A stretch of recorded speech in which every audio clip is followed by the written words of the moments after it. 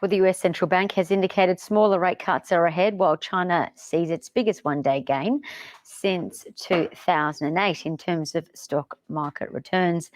Welcome to the Daily. I'm Jessica Amir. This Tuesday, October the 1st. Well, the S&P 500 has risen for 4 straight quarters, up $2.5 trillion in value in September's quarter. But we did see the Aussie share market rise more than the US in terms of a percentage move. The Aussie share market rose 6.5% in September's quarter.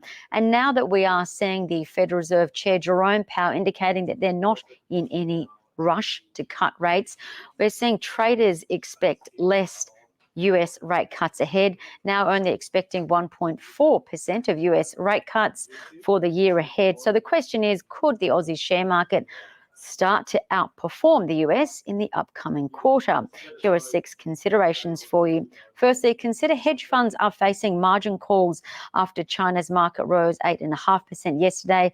That was its biggest one-day gain since 2008. So stocks exposed to China could probably see wild, sizable moves to the upside. Consideration 2, the Aussie share market is starting to break out. Yes, today it's lower amid profit taking. That's normal, but remember October, November, December, they're traditionally very bullish months for the stock market. Also consider institutions could start to really pay attention to Australia's market, which is probably going to be a major beneficiary on the back of China's likely V-shaped recovery. Consideration 2, iron ore stocks are on the move. That's because the iron ore price is up 20% in 5 days. Yesterday, the iron ore price rose 8.5%. But do consider commodity prices are continuing to move higher. They're probably going to search for higher ground, and this is despite Chinese markets being on a week-long holiday. Consideration 4, global institutions are starting to buy into Chinese-facing ETFs. S&P 500 ETFs in the September quarter, they continue to see the most funds like they always do, but now consider in a very close second place, we are seeing Chinese-facing ETFs start to rise to the top. This tells us global investors are now really buying into China more than ever before. So really worthwhile watching stocks and ETFs that can benefit from this.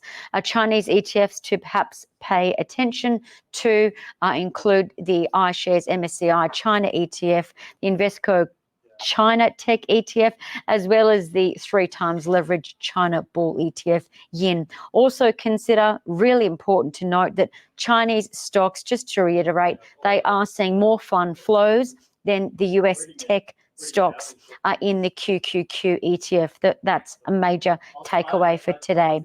Another consideration 5, earnings growth upgrades are expected for big miners. Watch not just BHP, Rio Tinto, Fortescue, who make most of their money from China, but consider lithium stocks could really be upgraded here.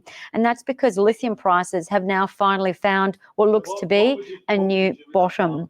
Lithium demand is expected to increase, and perhaps that supply deficit dynamic is expected to be brought forth. Previously, the market expected the deficit in lithium to come in 2027. That would move the lithium price higher.